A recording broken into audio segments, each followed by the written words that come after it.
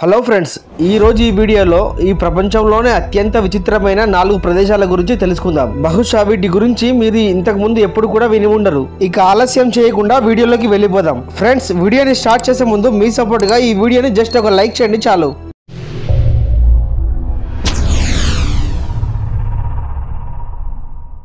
Number 1, the petrifying well. England లో ఉన్న ఒక బావికి విచిత్రమైన ప్రత్యేకత ఉంది. మనం ఈ బావి లోపల ఏదైనా వస్తువును పడేస్తే కొన్ని రోజుల తర్వాత అది రాయిలా మారిపోతుంది. ఉదాహరణకి చెట్టు యొక్క కొమ్మలు లేక ఆకులు ఇలా ఏదైనా సరే ఆ బావిలో పడితే అవి కొన్ని రోజుల తర్వాత రాయిలాగా మారిపోతాయి. ఇక్కడి స్థానికులు ఈ బావిపై దేవతల శాపం ఉందని నమ్ముతారు. కాబట్టి ఈ బావి చుట్టుపక్కలకు వెళ్ళడానికి ఎవరు కూడా ఇష్టపడరు. ఎందుకంటే ఒకవేళ వారు ఈ బావి దగ్గరికి వెళ్తే వారు కూడా రాయిలా మారిపోతారని వారి నమ్మకం. కానీ కొన్ని సంవత్సరాల నుండి ఈ బావి పర్యాటక ప్రాంతంగా అభివృద్ధి చెందుతుంది. ఇక్కడికి వచ్చే పర్యాటకులు వారి వస్తువులు అంటే టెడ్డీ బేర్, క్యాప్స్, బైసికిల్ లాంటివి ఈ బావి లోపలికి విసిరేస్తారు. ఇక కొన్ని వారాల తర్వాత వారు వదిలేసిన వస్తువులు రాళ్ళలాగా మారిపోయి కనిపిస్తాయి. కానీ ఈ రహస్యాన్ని పూర్తి స్థాయిలో తెలుసుకోవడంలో శాస్త్రవేత్తలు కూడా విఫలమయ్యారు. Number 2, the ringing rocks. పెన్సిల్ గేవేలోని పర్వతం కింద ఒక రహస్యకరమైన రాళ్లు ఉన్నాయి. ఈ రాళ్లను చూస్తే ఇవి ఈ పర్వతానికి చెందినవిగా కాకుండా బయట నుండి తెచ్చినవిగా ఉంటాయి. మరి ఇన్ని రాళ్లను ఈ పర్వతం మీదకి ఎవరు తీసుకొచ్చి పెట్టారు అనేది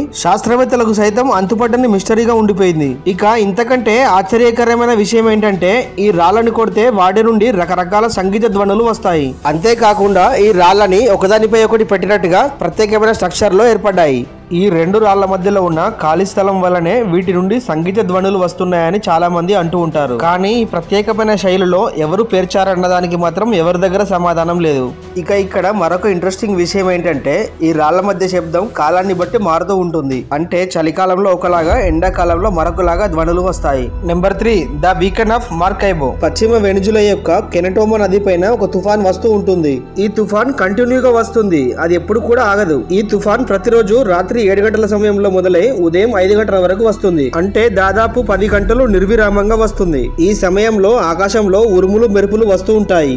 అందుకనే దీనిని పిడుగుల తుఫాన్ అని కూడా అంటారు. అయితే శాస్త్రవేత్తలు ఇక్కడ యురేనియం ఎక్కువ ఉండటం వల్ల ప్రతిరోజు ఈ తుఫాన్ వస్తుందని అనుకున్నారు. కానీ ఒక కొత్త థియరీ ప్రకారం ఈ తుఫాను అక్కడ ఉన్న పర్వత నిర్మాణాల వివిధ ఆకారాల కారణంగా వస్తుందట. ఆ పర్వతం నుండి వచ్చే వేడి గాలులు సముద్రం నుండి వచ్చే చల్లగాలులు ఢీకొనడం వల్ల ఈ తుఫాన్ ఏర్పడుతుందని చెప్తున్నారు. ఇక మరొక ఇంట్రెస్టింగ్ విషయం ఏంటంటే 2010లో ఈ తుఫాన్ సడన్ గా ఆగిపోయింది. ఇక ఈ తుఫాన్ అంతమైందని అందరూ అనుకున్నారు. బహుశా ఇక మళ్ళీ ఎప్పటికి రాదని కూడా అనుకున్నారు. కానీ సరిగ్గా నెలన్నర తర్వాత ఈ తుఫాన్ మళ్ళీ స్టార్ట్ అయింది. ఇక అప్పటి నుండి ఇప్పటి వరకు కంటిన్యూగా వస్తూనే ఉంది. అసలు ఇలా ఎందుకు జరుగుతుందో అనే దాని గురించి ఏ శాస్త్రవేత్త కూడా సరైన సమాధానం చెప్పలేకపోయాడు. Number 4, the blue pond of Hokkaido. Japan లోని హుకైడో ద్వీపం పైన ఒక సరస్సు ఉంది.